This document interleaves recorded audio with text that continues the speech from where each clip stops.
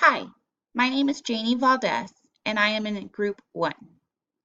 Studies as recent as 2013 have ascertained that vitamin D was more than just a supplement designed to help strengthen our bones. It was a vitamin that could help people across the spectrum. The most commonly known benefit for vitamin D intake is its ability to strengthen our bones, which is through the management of calcium and preservation of phosphorus levels in the blood. Vitamin D is important for the absorption of calcium in the intestines and assists in retrieving the calcium that would otherwise be expelled through the kidneys. Science is everywhere. It has also been attributed to reducing the risk of the flu.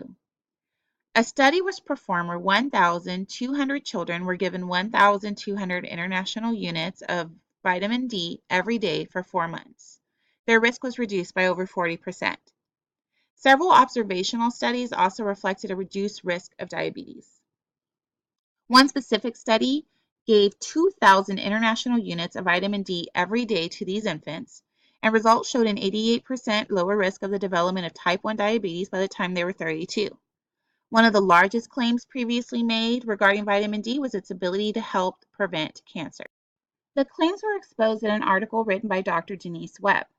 The study showed that vitamin D was vital to regulating cell growth and for the encouragement of cell-to-cell communication. Some studies reflected that it was calcitriol, which is an active form of vitamin D that could bring a reduction in the progression of cancer.